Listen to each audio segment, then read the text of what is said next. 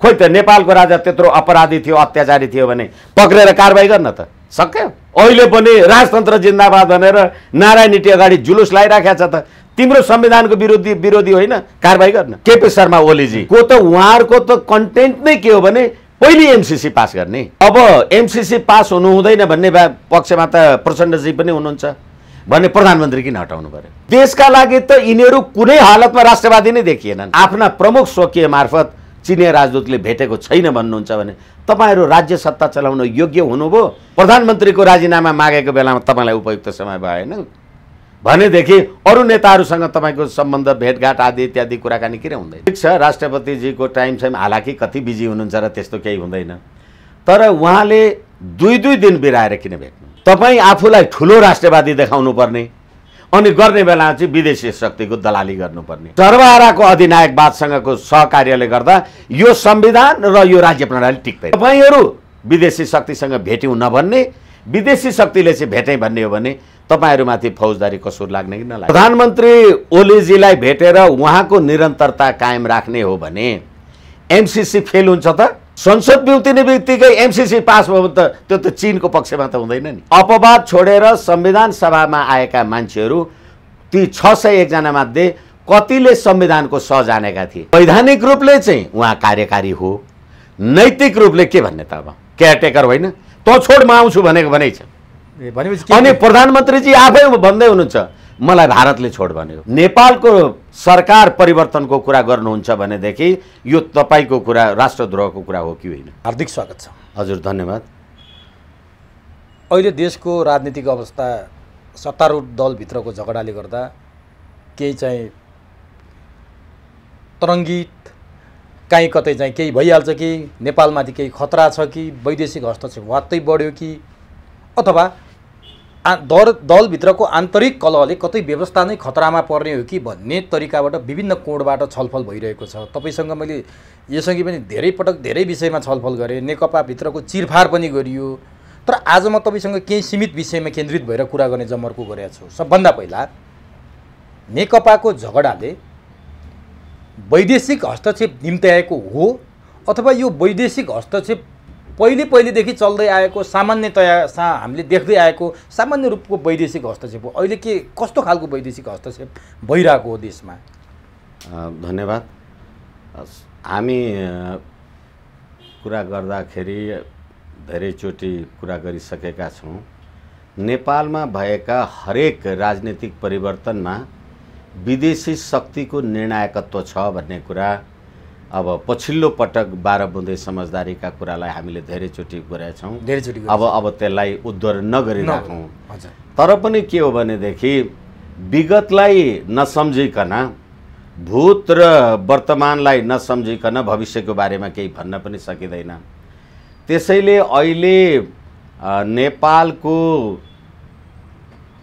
सत्ताधारी दलभित्रको जुन विवाद छ त्यो सत्ताधारी दल भनेकै नेपाल कम्युनिस्ट पार्टी हो। त्यो Nepal communist party Xi Jinping विचारधाराद्वारा हामी अनुप्राणित छौँ भनेर अहिले लकडाउनकै समयमा पनि उहाँहरूले भर्चुअल कन्फरेन्स, भर्चुअल मिटिङ गर्नुभयो। यसको मतलब के हो भनेदेखि मैले तपाईसँगै निवेदन गर्दा भनेको छु, हामीले संसदीय बहुदलीय लोकतान्त्रिक गणतन्त्रात्मक धर्मनिरपेक्ष व्यवस्थाको कुरा गर्दाखेरि त्यसको कार्यान्वयन गर्ने जिम्मा चाहिँ नेकपाको सरकार लगभग 2/3 को सरकारलाई छ। तर देशको संविधान चाहिँ संसदीय छ। अनि त्यो पार्टी चाहिँ अहिले यो लकडाउनको अवस्थामा यत्रो विश्वव्यापी कोरोना महामारीको बेलामा पनि चिनिया विचारधारा, सी जिनपिङ विचारधाराद्वारा नै अनुप्राणित हुने भएपछि यो व्यवस्थाले अथवा यो विचारले, जुन पार्टीले अहिलेको सत्ताधारी पार्टी जुन विचारमा प्रतिबद्धता छ त्यसले लोकतन्त्र र विधिको शासनलाई अगाडि लग्दैन। भनेपछि संविधानसँग बाजियो। संविधानसँग बाजियो प्रष्टैसँग। तपाईले अथवा यो अहिले हामीले सर्वहाराको अधिनायकवाद, साम्यवादी सिद्धान्त, समाजवाद उन्मुख जे भनेर उहाँहरूले भन्नुहुन्छ, बहुदलीय व्यवस्थामा, संसदीय व्यवस्थामा राजनीतिक दलगत स्वतन्त्रता हुन्छ। त्यसै कारणले गर्दा संविधान चाहिँ दलगत राजनीतिक स्वतन्त्रताको हामीले बनायौँ भनेर तपाईहरु नै भन्नुहुन्छ। त्यही संविधानको शपथ ग्रहण गर्नुहुन्छ र त्यही संविधानको प्रतिकूल सी जिनपिङ विचारधारा लागू गर्छु भन्नुहुन्छ भने यो प्रकारको वितण्डा आउनु स्वाभाविक भयो सैद्धान्तिक रूपले एक। र अर्को कुरा के हो भने उहाँहरूले माने पनि नमाने पनि अहिले सत्ताधारी दल नेकपा भित्रको जुन प्रकारको विवाद छ त्यो विवाद कुनै सैद्धान्तिक राजनीतिक राष्ट्रिय अन्तर्राष्ट्रिय क्षेत्रमा नेपाललाई कसरी बलियो बनाउने, नेपाली जनताको हित समुन्नति कसरी अगाडि बढ्न सक्छ, यो महामारीबाट देशले के राहत पाउँछ भन्ने कुरामा केन्द्रित छैन उमेशजी। यो जम्मा के हो भने तिमी प्रधानमन्त्री हुने कि म प्रधानमन्त्री हुने, तिमी अध्यक्ष हुने कि म अध्यक्ष हुने गर्दा गर्दै उहाँहरूले देशभित्रको हाम्रो एउटा सत्ताधारी दलको लागि विदेशी हस्तक्षेप प्रष्ट रूपमा निम्त्याउनु भयो। र त्यो विदेशी हस्तक्षेप प्रष्ट रूपमा निम्त्याएको कुरा त हामीले धेरैचोटि कुरा गरिसक्यौँ। प्रधानमन्त्रीजीले पनि एउटा देशको नामै तोकेर भन्नुभयो। अहिले पनि चिनिया राजदूतको सक्रियतालाई लिएर आम रूपमा यो कुरा आइ नै राखेको छ। तर फेरि प्रश्न के हो भनेदेखि अहिले नेकपा भित्रको प्रधानमन्त्री केपी शर्मा ओलीजीलाई तपाईँ पदत्याग गर्नुस् भन्ने पुष्पकमल दाहालजी अथवा माधव नेपालजी झलनाथ खनालजी जो हुनुहुन्छ उहाँहरूलाई उहाँहरूको घर घरमा गएर चिनिया राजदूतले किन भेट्नुपर्छ? अब नि यो अत्यन्तै रोचक ठाउँमा आइपुग्यो बहस। कसरी भने जसरी चिनिया राजदूत एनसीले पुष्पकमल दाहाल माधव नेपाल झलनाथ खनाल उहाँहरूलाई भेट्नुभयो, ठिक छ। किनभने केपी ओलीले भारतले मेरो चाहिने सत्ता खोज्न थाल्यो, भारतले मेरो सरकार ढालिन थाल्यो, मेरै पार्टीका नेता प्रयोग गरेर भन्ने, उहाँहरूलाई चाइनिज राजदूतले भेट्ने, अनि उनीहरू भारतप्रस्थ भनेर केपी ओलीले भन्ने, जसलाई भारतप्रस्थ भनियो त्यहाँ चाइनिज राजदूतले भेट्ने, अनि उनलाई भारतप्रस्थ भन्दा केपी ओलीले चाइनाप्रस्थ ठान्नु पर्यो नि स्वाभाविकैले। उनी चाइनाको पक्ष थिए, त्यसकारण भारतले प्रयोग गरेर सत्ता ढाल्यो भनेर जनताले यसरी बुझिरहेको थियो। तर यहाँ त उल्टो हुन थाल्यो भनेपछि नेकपा आधा भारतको जिम्मामा आधा चाइनिजको जिम्मामा गयो कि भन्ने तर्फ पनि बहस हुन थाल्यो क्या। यो चाहिँ के हो फेरि? त्यही भित्र दुई थरी खेल्दाखेरि एउटै पार्टी हो कि दुईटा पार्टी हो यो भन्ने हो क्या। यो कुरा मलाई लाग्छ मेरो विश्लेषणमा यो कुरा सत्य होइन। र 12 बुँदे समझदारीका कुरा हामीले धेरैचोटि गरेका छौँ। अहिले नेकपा भन्नुहोस्, नेपाली काङ्ग्रेस भन्नुहोस्, सजपा भन्नुहोस्, राजपा भन्नुहोस्, जे भन्नुहोस्, ती सबै 12 बुँदे समझदारीको उपजको कारणले, दिल्लीको सम्झौताको कारणले नेपालमा राजनीतिक परिवर्तन गर्न जे गरियो त्यसको पृष्ठभूमिमा नजाउँ, लामो कुरा हुन्छ।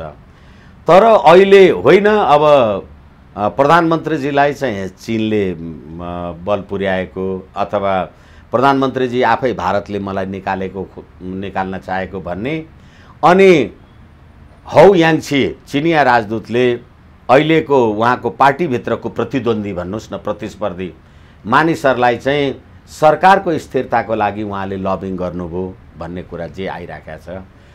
प्रधानमन्त्री केपी शर्मा ओलीजीको निरन्तरताको लागि लबिङ गर्नुभयो कि गर्नु भएन भन्ने कुरा त्यो भेटको कन्टेन्ट डिटेल बाहिर आएको छैन। म तपाईँलाई फेरि निवेदन गरौँ, यो फेरि रहस्यात्मक कुरा छ। हुन त अब भोलि निस्किँदै जाला। छोटोमा निवेदन गर्नुपर्दा 19 गते राष्ट्रपतिलाई भेट्नुभयो चिनिया राजदूत हौ वाङछीले, अनि 21 गते झलनाथजीलाई माधव नेपालजीलाई भेट्नुभयो, 23 गते झलनाथजीलाई भेट्नु। त्यो बिचमा प्रचण्ड र केपी ओलीलाई पनि भेट्नुभयो भन्ने आछ, गते चाहिँ फिक्स भएको छैन। एकैछिन म एउटा सानो एक लाइन निवेदन गरौँ। 19 गते राष्ट्रपतिजीलाई भेट्नुभयो, 21 गते माधव नेपालजीलाई भेट्नुभयो, 23 गते झलनाथजीलाई भेट्नुभयो। यो दुई दिनको फरक पारेर किन भेट्नुभयो? एकै दिन भेट्न सकिँदैन थियो, भोलिपल्ट भेट्न सकिँदैन थियो, अथवा ठिक छ राष्ट्रपतिजीको टाइम हालाकि कति बिजी हुनुहुन्छ र त्यस्तो केही हुँदैन, तर उहाँले दुई दिन बिराएर किन भेट्नु? यहाँ कुरा छ। यहाँ कुरा चिनिया राजदूतले राष्ट्रपतिजीलाई भेट्नुभयो राष्ट्रपतिजीसँग जे कुरा भयो उहाँले चीनमा आफ्नो जसलाई ताबेदारी जे हो त्यहाँ भन्नुपर्ने उहाँसँग ब्रिफिङ गर्नु हो। अनि त्यो ब्रिफिङ गर्दाखेरि अब फेरि उहाँबाट ब्रिफिङ लिनुभयो अनि फेरि उहाँ माधव नेपालजीलाई भेट्न जानुभयो अनि फेरि त्यसै गरेर उहाँ झलनाथजीलाई भेट्नु। र फेरि अर्को कुरा के हो भने अहिले पनि तपाईले पटक पटक विदेशी हस्तक्षेपको विरुद्धमा ठुल्ठुला कुरा त गर्नुभयो, राष्ट्रियताका कुरा त गर्नुहुन्छ, कहिलेकाहीँ काङ्ग्रेसीहरूलाई गाली गर्नु पर्यो भने पनि कुनै दलाल भन्नुहुन्छ। अहिले समग्र कम्युनिस्ट पार्टी चाहे ठिक छ पार्टीभित्र को प्रधानमन्त्री हुने त्यसमा एकछिन समय रहे कुरा गरौँला, तर समग्र कम्युनिस्ट पार्टी कसको नेतृत्वबाट चलाइरहेछ? त्यति मात्रै होइन, यो देशको राष्ट्रपति बाबा तपाईँ राष्ट्रपति भएपछि त पार्टीको कार्यकर्ता होइन होला नि त। अस्ति तपाईँसँगै कुरा राख्दाखेरि मैले भनिरहेथेँ अहिले त उहाँ नेकपाको मान्छे होइन नि, यसो भन्न मिल्छ भनेर तपाईँले मलाई प्रति प्रश्न गर्नुभएको थियो। तर यो अहिलेको निरन्तरता हेर्नुहोस् र स्थायी कमिटीको बैठक हुँदा पनि एक थरी नेकपाका मान्छेहरू राष्ट्रपतिकोमा बैठक गर्नुहुन्छ। अनि 19 गते जब राष्ट्रपतिजीलाई हौ वाङछीले भेट्नुभयो, म तपाईँलाई आम सञ्चारका कुरालाई लिएर भन्छु, राष्ट्रपति निवासमै परराष्ट्रका कर्मचारी छन्। हाम्रो कूटनीतिक मर्यादा नियमावली 2068 ले सार्वजनिक जिम्मेवारीको ओहदामा रहेको मान्छेले विदेशी प्रतिनिधि कूटनीतिकहरूसँग कुरा गर्दा परराष्ट्रलाई जानकारी दिनुपर्छ। अहिले चाङसी भन्ने हाम्रो यहाँको चिनिया राजदूतावासको प्रवक्ता चाहिँ हामीले राष्ट्रपतिलाई भेट्या हो भन्नुहुन्छ। राष्ट्रपतिजीको प्रवक्ता चाहिँ होइन भेटेको छैन भन्नुहुन्छ। तपाईँ प्रवक्ता भएर थाहा छैन भन्नु पाउनु, यसको मतलब योभन्दा ठुलो राष्ट्रघात के हुन्छ? अब यहाँ प्रधानमन्त्री को हुने प्रश्न रहेन उमेशजी। यो वास्तवमा तपाईँले सुरुमा निवेदन गर्नुभए अनुसार देश नेपाल र नेपालीले चलाइराखेको छ। अनि यो अवस्थामा प्रमुख प्रतिपक्षी दल र मधेसवादी दलहरू, सजपा समाजवादी पार्टीहरू, उनीहरू अधिवेशन आह्वानको लागि वार्ता कुरा गतिविधि संलग्नतामा गइराखेका छन्। अब संलग्नतामा त्यसरी जाने हो र वाङछीले भने जस्तै केपी ओलीजीकै प्रधानमन्त्रीको निरन्तरता हो भने त अब केपी ओलीजी लगायतका मान्छेहरू र नेपाली काङ्ग्रेस र मधेसवादी दलहरू त एमसीसी पास गर्छन् नि। उनीहरूले एमसीसी पास गरे भने त्यो चीनको हितमा हुन्छ त? यदि त्यो चीनको हितमा हुँदैन भने अहिले चिनिया राजदूतको यो क्रियाशीलता किन आवश्यक पर्यो? होइन, अब चाहिँ प्रधानमन्त्री केपी शर्मा ओलीजीलाई नै स्टेप डाउन गराएर अरू मानिसलाई प्रधानमन्त्री बनाउनको लागि चीनको सक्रियता हो भनेदेखि अब एउटा कुनै मान्छे नेकपा भित्रैको मान्छे, अघि तपाईँले निवेदन गर्नुभए जस्तो कोही चीनको आशीर्वादमा प्रधानमन्त्री हुने, कोही अर्को यो एमसीसी लगायतका गतिविधिहरूको आशीर्वादमा प्रधानमन्त्री कायम रहने भन्ने हो भने नेपालको सम्प्रभुता र राजकीय सत्ताको बारेमा चाहिँ बेपत्ता। र अर्को कुरा के हो भने यो संविधान तपाईहरुले जे बनाउनु भएको छ, यो संविधानको धारा 101 जुन महाभियोगको कुरा जे उठिराखेको छ, अहिले नेपालको राष्ट्रियता, राष्ट्रिय सम्प्रभुता र एकता, अखण्डता र एउटा सत्ताधारी दलभित्र चलेको विवादमा विदेशी शक्तिको खुलेआम प्रचार प्रसार घर घरमा भेट गर्ने कुराको लागि अब त्यो राष्ट्रघाती कसूर अथवा संविधानको धारा 5 मैले धेरैचोटि भनेको छु, नेपाल राष्ट्रको अखण्डता, स्वाधीनता, सम्प्रभुता, नेपाली जनताको सद्भावका विरुद्धको काम चाहिँ फौजदारी कसूर हुन्छ भनेपछि अहिले यो विदेशी शक्तिसँगको तपाईहरुको संलग्नता र तपाईहरु विदेशी शक्तिसँग भेट्यौं नभन्ने, विदेशी शक्तिले चाहिँ भेटै भन्ने हो भने तपाईहरुमाथि फौजदारी कसूर लाग्ने कि नलाग्ने संविधानको धारा 5 बमोजिम जान्छ। यसै कारणले गर्दाखेरि तपाईले भन्नुभए अनुसार यदि केपी शर्मा ओलीजीको सरकारलाई निरन्तरता दिने कुरामा हौ वाङछीले कुरा गर्नु भएको छ भने एमसीसी फेल हुनु पर्यो। होइन, अहिले शेरबहादुर देउवाजी नेपाली कांग्रेस र मधेसवादी दलहरूको बीचमा चाहिँ संसदको अधिवेशन चाहिँ अन्त्य गरेर एमसिसी पास गर्ने कुरामा केपी शर्मा ओलीजीले चाहिँ भएको अन्डरस्ट्यान्डिङको प्रतिकूल कुरा कारबाही गर्नु पर्यो भने त अब फेरि संसद बिउतिनु पर्यो। संसद बिउतिने बित्तिकै एमसिसी पास भयो भने त त्यो त चीनको पक्षमा त हुँदैन नि। यसकारणले गर्दाखेरि देशको निर्णायकत्व, नेपालको राजनीतिक सम्पूर्ण प्रकारको निर्णायकत्व नेपालीमा रहेन। अब यसरी विदेशी हस्तक्षेप हाम्रै आँखा अगाडि देखिरहेछ, केही कतिको लुकेका कुराहरू पनि विदेशीहरूले नै सार्वजनिक गरिदिरहेछन्। अब त्यसरी चाहिँ हाउ याङछीले राष्ट्रपति भेट्ने, प्रधानमन्त्री भेट्ने, पूर्व प्रधानमन्त्रीहरूलाई कूटनीतिक मर्यादा दुई दिनको ग्यापमा, यहाँ सुन्नु है, 2 दिनको ग्यापमा भेट्ने, त्यो पनि कूटनीतिक मर्यादा नागेर, जबकि परराष्ट्र मन्त्रालयबाट अनुमति लिने र परराष्ट्र मन्त्रालयको एकजना कर्मचारी पनि हुनुपर्छ त्यहाँ के भयो भन्ने कुरा थाहा पाउनलाई भन्ने हाम्रो आचार संहितामा छ। तपाईँले भने जस्तो 2068 को आचार संहिताले त्यो भन्छ।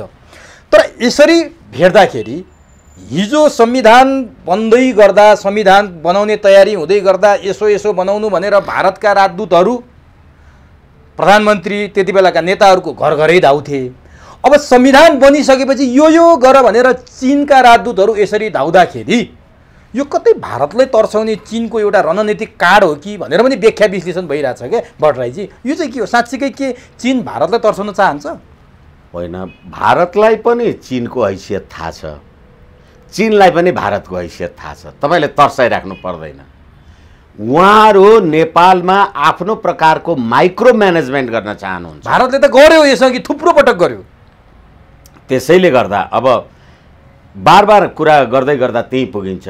भारतले गरोस्, चीनले गरोस्, त्यो नेपाल र नेपाली जनताको हितमा रहेनछ भन्ने कुरा चाहिँ प्रष्ट भयो।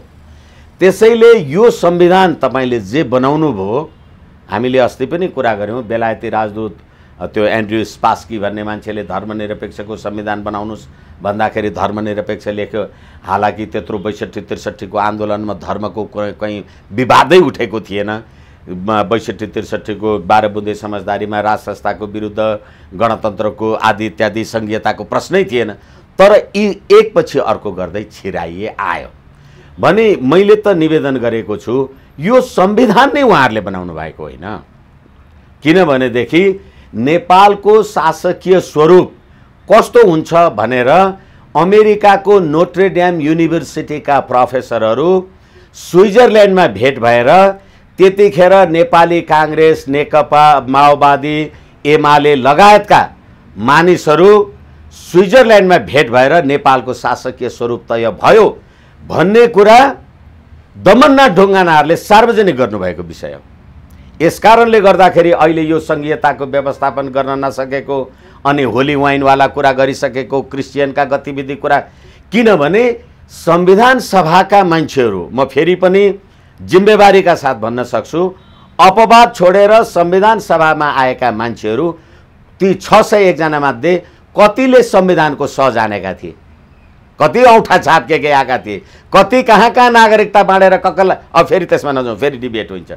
यसै कारणले गर्दाखेरि नेपालको राज्य प्रणालीमा अब आफ्नो आफ्नो शक्तिलाई हाबी गर्ने कुरा चाहिँ चीन र भारतको यो देखियो। र अर्को कुरा, मैले अघि संविधानको धारा 101 महाभियोगवाला कुरा गर्दै थिएँ।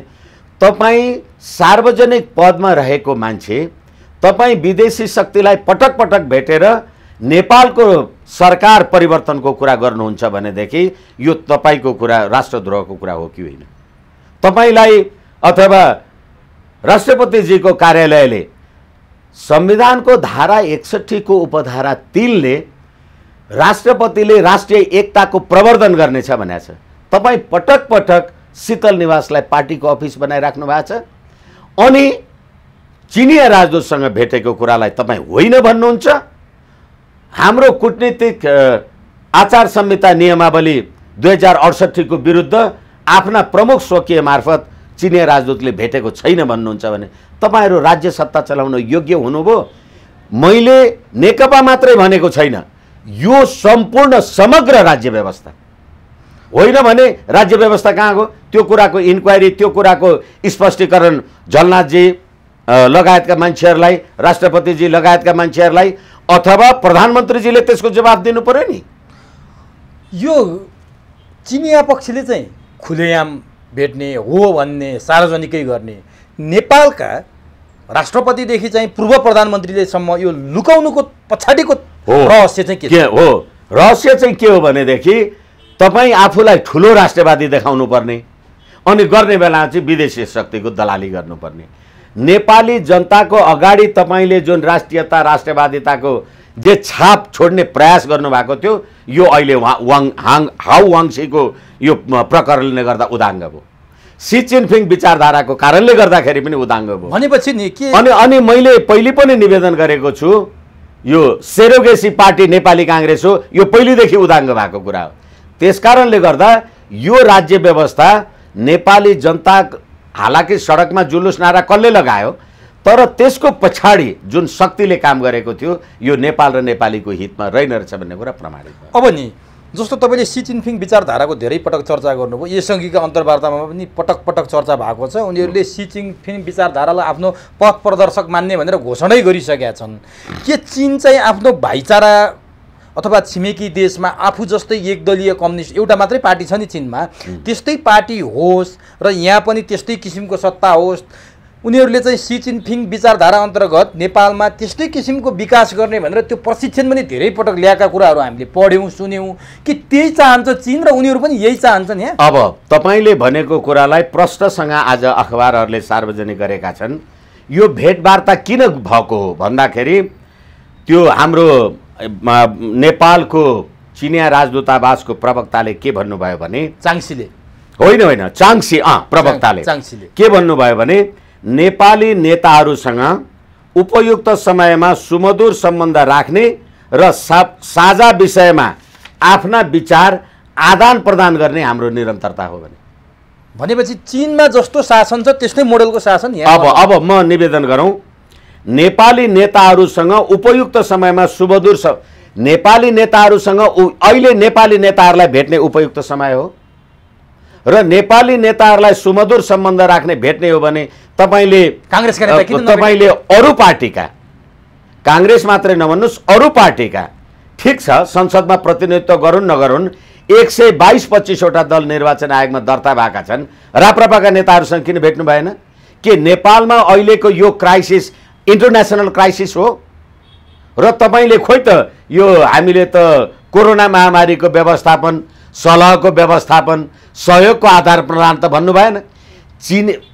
नेपाली नेताहरूसँग उपयुक्त समयमा प्रधानमन्त्रीको राजीनामा मागेको बेलामा तपाईँलाई उपयुक्त समय भएन भनेदेखि अरू नेताहरूसँग तपाईँको सम्बन्ध भेटघाट आदि इत्यादि कुराकानी किन हुँदैन? भने यो भित्र रहस्य छ हो, यो भित्र रहस्य छ र जतिचोटि यहाँहरूले भने पनि अहिले तपाईँ बहुदलीय व्यवस्थाको राज्य व्यवस्था चलाउने भनेर सर्वहाराको अधिनायकवादसँगको सहकार्यले गर्दा यो संविधान र यो राज्य प्रणाली टिक्दैन। भनेपछि कम्युनिस्ट व्यवस्था ल्याउने तयारी हो यो साँच्चीकै? कम्युनिस्ट तपाईँ जुन राज्य व्यवस्थामा विश्वास राख्नुहुन्छ तपाईँले अर्को ल्याउनुहुन्छ भनेर कसले पत्याउँछ र? भनेपछि तयारी त्यो हो। तर कतिपयले के भन्छन् भने नि भट्टराईजी, जस्तो अघि तपाईँले पनि त्यो कुरा ठ्याक्क उठाउनु भएको थियो, केपी शर्मा ओली एमसीसी पास गर्न चाहन्छन्, शेरबहादुर देउबा एमसीसी पास गर्न चाहन्छन्, त्यसकारण केपी शर्मा ओलीले जसरी भए पनि पार्टी फुटाएर काङ्ग्रेससँग एलायन्स गरेर एमसीसी पास गर्न थालेपछि चीनको सक्रियता बढ्यो। चीन एमआरआईलाई चाहिँ यहाँ प्रमोट गर्ने हिसाबले चीन अग्रसर भएको छ। त्यसकारण चीनले नेकपाभित्र अरू कुरा केही पनि खेल्न थाले होइन, ऊ एमसीसी रोक्न चाहन्छ। एमसीसी रोकिएपछि नेकपाभित्रको उसको इन्टरफेयर भनौँ अथवा हस्तक्षेप भनौँ अथवा सल्लाह भनौँ सबै रोकिन्छ भन्छन्। त्यो के हो? यो मैले अथवा तपाईँले हामीले बहस गर्नै परेन यो विषयमा। यो अहिले नै हाम्रो चिनिया राजदूतावासका प्रवक्ताले एकैछिन त्यही कथनले नै नेपाली नेताहरूसँग उपयुक्त समयमा सुमधुर सम्बन्ध राख्ने भन्ने कुरा भएपछि अहिले उहाँहरूलाई उपयुक्त समय सुमधुर सम्बन्ध राख्ने कुरा एक र अर्को कुरा यो दुईटा कुरा हुन सक्छ यसमा। अहिले भेट्ने बित्तिकै केपी शर्मा ओलीजीलाई पदबाट नहटाऊ भन्यो अथवा पदमा राखिराख भन्यो अथवा पुष्पकमल दाहालजीलाई ल्याऊ, भेटको कन्टेन्ट त थाहा छैन नि हामीलाई, थाहा छैन हो। यसैले गर्दा अहिले राष्ट्रपतिले राजदूतले ककललाई मात्रै भेट्नुभयो, राष्ट्रपतिलाई भेट्नुभयो, प्रधानमन्त्रीलाई भेट्नु भएन। आइरहेछ के बाहिर कुरो। ठिक छ, अहिले जे अखबारमा जे आएको छ, झलनाथजी माधव नेपालजीलाई भेट्नुभयो भनेपछि ठिक छ, केपी ओलीजीलाई प्रधानमन्त्रीजीलाई पनि भेट्नुभयो। प्रधानमन्त्री ओलीजीलाई भेटेर उहाँको निरन्तरता कायम राख्ने हो भने एमसिसी फेल हुन्छ त? उहाँले त पास हुन्छ भनिरहनु भएको छ। उहाँले त पास हुन्छ भन्नुभएको छ।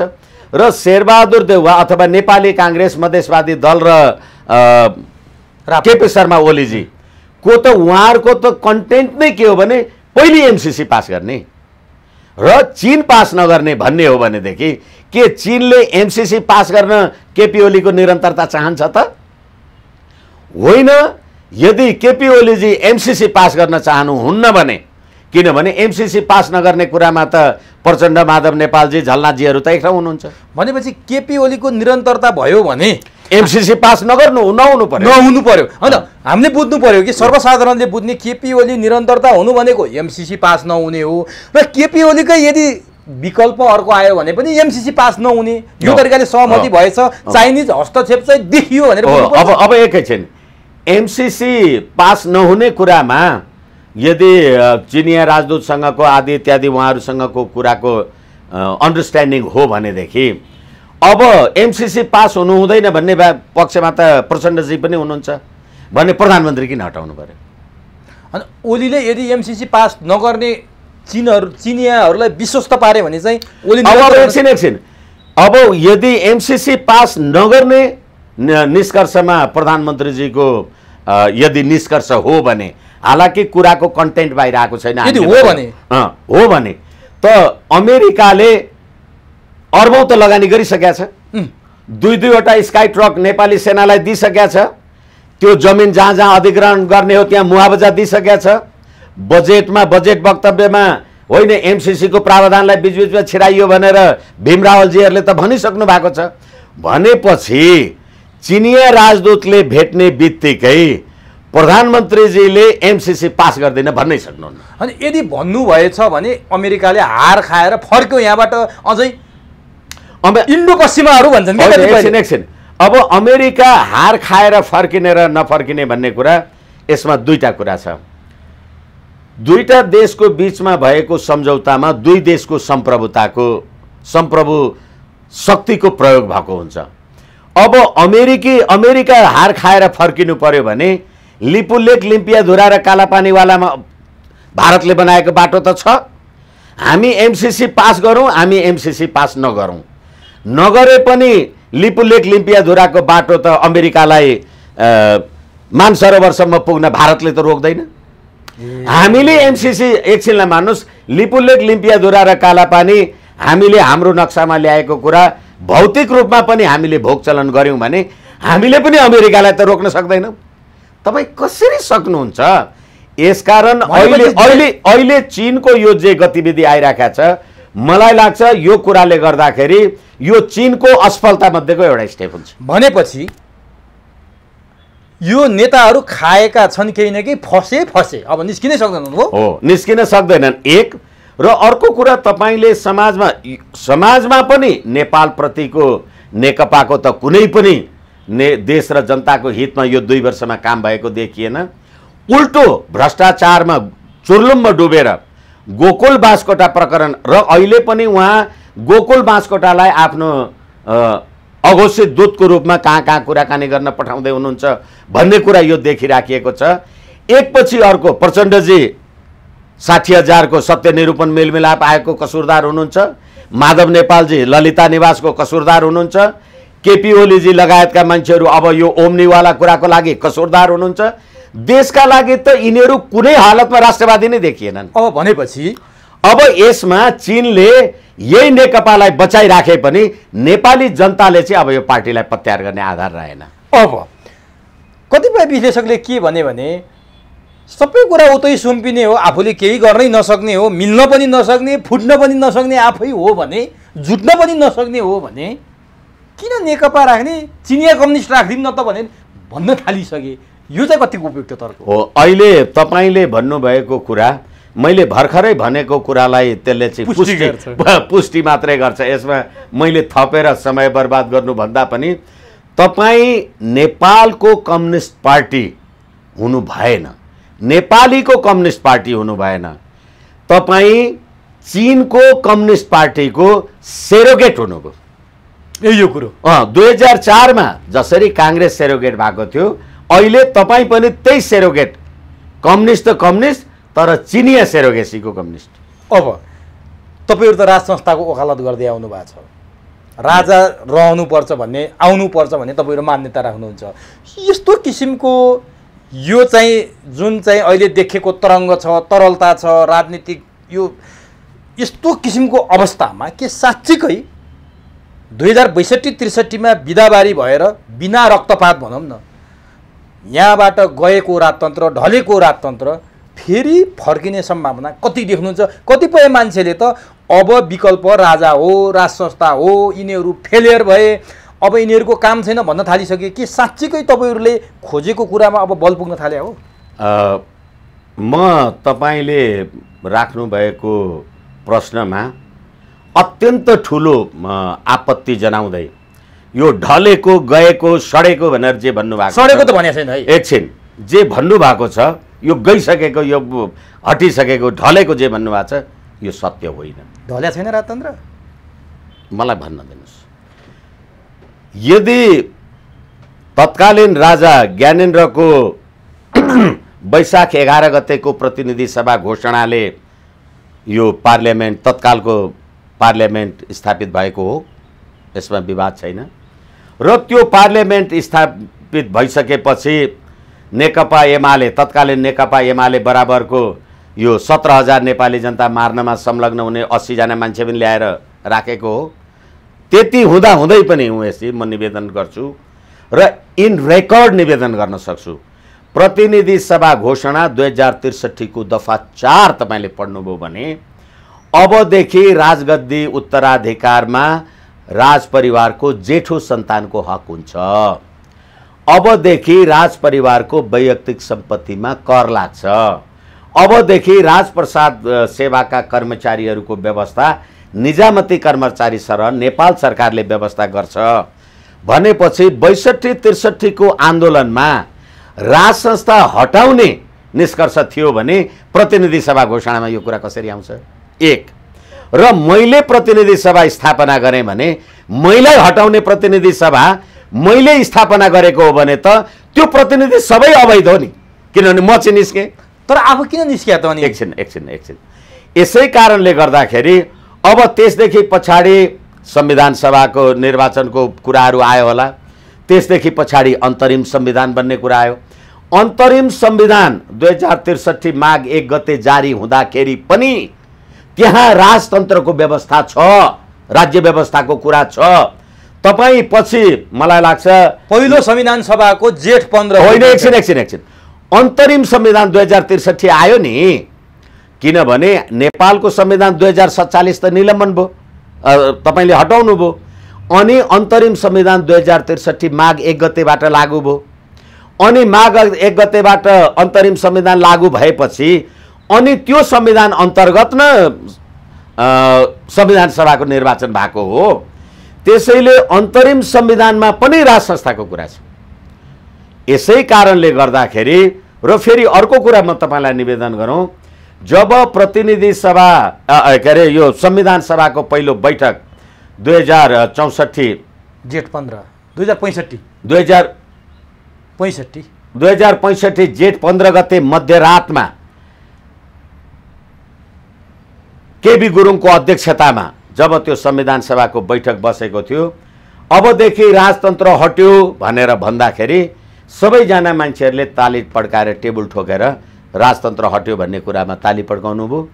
4 जना सभासदहरूले होइन राजतन्त्र हटेको छैन भनेर उहाँहरूले आपत्ति भन्नुको अर्थ राजतन्त्र हट्यो र हटेन भन्ने कुरा अल्पमत र बहुमतले निर्णय गरेको नेपाली जनताले होइन। म तपाईलाई निवेदन गर्दैछु, आज तपाईँ अल्पमतमा हुनुहुन्छ, भोलि तपाईँ बहुमतमा हुन सक्नुहुन्न। र यो संविधानको धारा 274 ले भनेको छ, म तपाईलाई स्मरण गराउँ, नेपालको राष्ट्रियता, राष्ट्रिय एकता, सार्वभौम सत्ता, नेपाली जनताको सद्भाव, यी 5 वटा कुराहरू भन्दा बाहेक अरू कुरामा यो संविधानको संशोधन हुन सक्छ भनेपछि राजतन्त्र गयो। भोलि राजतन्त्र आएर 2/3 चाहिँ हामीलाई राज संस्था चाहियो भन्यो भने त्यो त आयो। त तपाईँले धर्मनिरपेक्ष गयो भन्न पाउनुहुन्छ? तपाईँ भोलि वाइन खाँदै हुनुहुन्छ, गुठी विधेयक ल्याउँदै हुनुहुन्छ, अनि संविधानको धारा 4 मा लेख्दै हुनुहुन्छ सनातन धर्म संस्कृति चलाउन पाइन्छ। कहाँ गयो? अब कसरी आउँछ त? हो, यसै कारणले गर्दा हिजो जसरी जनताको अभिमतद्वारा हामीले राज संस्था पाखा लगायौँ भन्नुभयो र अहिले गर्दा गर्दै तपाईहरू त आफै कोही इन्डियातिर र कोही चाइनातिर पाखा लाग्नु भएछ। नेपाली जनताले आफै स्थापित गर्छन्। राजा त यहीँ छन्। किनभने संसारमा राजतन्त्र हटेका मुलुकमा हेर्नुहोस्, तपाईँ इरान हेर्नुहोस्, कम्बोडिया हेर्नुहोस्, कि राजा मारिएको छ, बेलायतमा हेर्नुहोस् कि राजा विदेशिएको छ। खोइ त नेपालको राजा त्यत्रो अपराधी थियो, अत्याचारी थियो भने पक्रेर कारबाही गर्न त सक्यो? अहिले पनि राजतन्त्र जिन्दाबाद भनेर नारायण नीति अगाडि जुलुस लगाइराखेको छ त। तिम्रो संविधानको विरोधी होइन कारबाही गर्न? केले रोक्यो त? केले रोकेको छ? किनभने मेरी बिल्ली मुजी से म्याउ, तिमीलाई हाङ वाउछीले तह लगाउनु पर्ने, तिमीलाई त्यो भारतीय राजदूतले तह लगाउनु पर्ने। हिजो राज संस्था हुँदाखेरि त यो अवस्था थियो। यसरी राजदूतहरू घर घर गएर व्यवस्थापन गर्थे। यो देशको प्रधान सेनापति जस्तो ठाउँमा श्याम शरणले हामीले सेनापतिको प्रकरणमा चासो राखेका हौँ भनेर होइन, यो देशको मालिक चाहिँ दिल्लीमा पुग्यो, दिल्ली सर्या छ, म माधव नेपालसँग कुरा गर्दिनँ, यसको मालिक दिल्ली छ, दिल्लीमा कुरा गर्छु भन्ने प्रचण्डजी होइन। राज संस्था हुँदाखेरि त मालिक नारायण नीतिमा थियो नि, दिल्लीमा पुर्याउनु भएको थियो। अब नारायण नीतिमा राख्नुहुन्छ, तपाईँहरूले राख्नुहुन्छ। अब ठिक छ, म अन्तिममा छु। हजुर, हस्। जसरी प्रधानमन्त्री केपी शर्मा ओलीको दुवै पदबाट राजीनामा मागिएको छ, यही बेला प्रमुख प्रतिपक्ष दल र प्रतिपक्ष दलले संसद आह्वानको लागि चाहिँ तयारी गरेको भन्ने कुराहरू पनि सार्वजनिक भइरहेको छ। यदि साँच्चीकै संसदमा त्यत्रो बिजनेस हुँदाहुँदै केपी ओलीले नियत बस्नै संसद बैठक रोक्न र राष्ट्रपतिलाई सिफारिस गरे हुन् भने, यी दलहरूले चाहिँ आह्वान गरिहाले भने अवस्था के हुन्छ? दुईटा कुरा। अब यहाँ हु विल बेल द क्याट भन्ने कुरा हुन्छ। संसदको अधिवेशन माग गरिहालेपछि तपाईँले विघटन गर्न पाउनुहुन्न। केपी ओलीले विघटन गर्न पाउन्न होइन। अब जब माग गरिसक्यो, माग गरेपछि त विघटन गर्ने कुरा भएन नि। तर अहिले त अब कसैले माग त गरेका छैन। तपाईँले माग गर्नुभन्दा अगाडि नै मैले विघटन गरिदिएँ भने ल प्रतिनिधि सबै विघटन भयो त कसरी पुनर्स्थापना हुन्छ? कतिको खतरा छ केपी ओलीले विघटन गर्ने?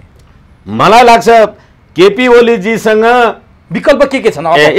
केपी ओलीजीसँग हिजो फेरि पनि कुरा दोहोरियो, अलिकति क्षमा चाहौँ।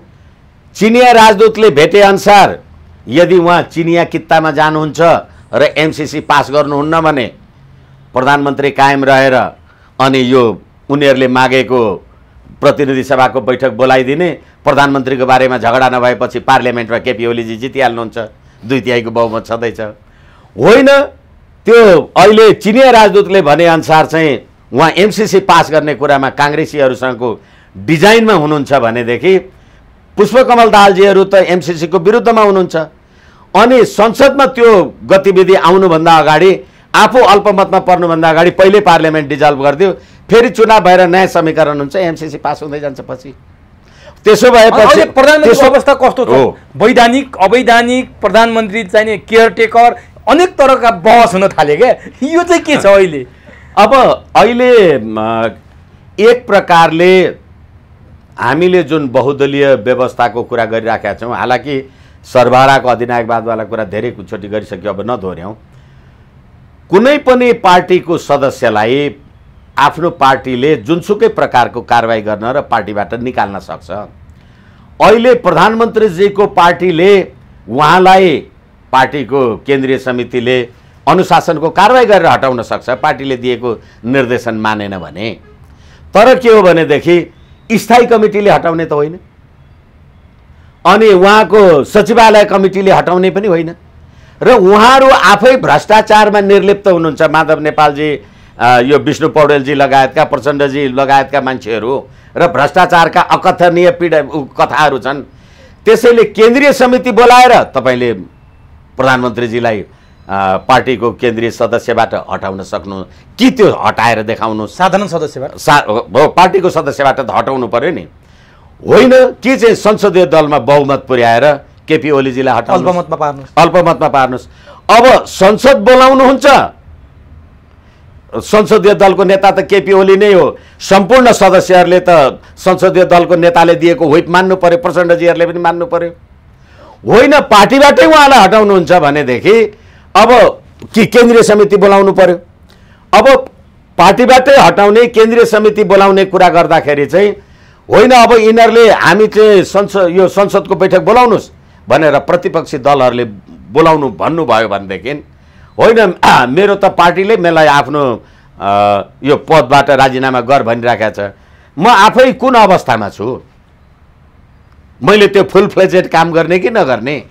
भन्नेको काम चलाऊ फुल होइन गर्ने किन नैतिकताले त तपाईँले गर्न पाउनु भएन नि तपाईँको बारेमा प्रश्न त उठ्यो तपाईँ प्रधानमन्त्री होइन स्टेप डाउन गर्नुहोस् त्यो राजीनामा माग्दा बित्तिकै त्यसरी प्रश्न उठ्छ केपी ओलीप्रति नैतिकताको त प्रश्न उठ्यो नि कानुनी रूपले पो तपाईँ फुल फ्लेजेड प्रधानमन्त्री हो मोरल ग्राउन्डबाट तपाईँको पार्टीले त तपाईँलाई स्टेप डाउन गर भनेको छ नि ए भनेपछि अहिले काम चलाउ हो केपी ओली निश्चित रूपमा किनभने उहाँलाई पार्टीले राजीनामा मागिसक्यो त्यसपछि उहाँ काम चलाउ भइसक्नुभयो हो तर के हो भनेदेखि वैधानिक रूपले चाहिँ उहाँ कार्यकारी हो नैतिक रूपले के भन्ने त अब केयरटेकर होइन त छोड म आउँछु भनेको भनै छ अनि प्रधानमन्त्रीजी आफै भन्दै हुनुहुन्छ मलाई भारतले छोड भन्यो मलाई पार्टीले छोड भन्यो अनि वाङसीसित के कुरा गर्नुभयो हामीलाई भन्नुहुन्न भनेपछि यही बेलामा डरलाग्दो केही कुनै राजनीतिक दुर्घटना हुन सक्ने सम्भावना देखियो किनभने देशमा त काम चलाउ प्रधानमन्त्री हुनुहुन्छ त्यसैले जुनसुकै घटना पनि घट्न सक्छन् र यस्तो खालको अस्थिर र विदेशीको बुई चढेर सधैँ राज्य सत्ता चलाउनु भन्दा र त्यो स्टुलमा बसेर त्यो प्लास्टिकको टेबलमा सलाम खाने सयौं त्यो राजाहरू त्यो साई सलामी लिने भन्दा हिजोको संवैधानिक राज संस्था राख्यो भनेदेखि यो टन्टै पनि हुँदैन कि हस् छिटो कुरोमा आफ्नो महत्त्वपूर्ण समय दिनुभयो यसको लागि तपाईँलाई हार्दिक धन्यवाद मलाई यो क्रुसियल विषयमा समयमा आफ्नो कुरा राख्ने अवसर दिनुभयो एभरेस्ट नेपाललाई हार्दिक प्रणाम धन्यवाद नमन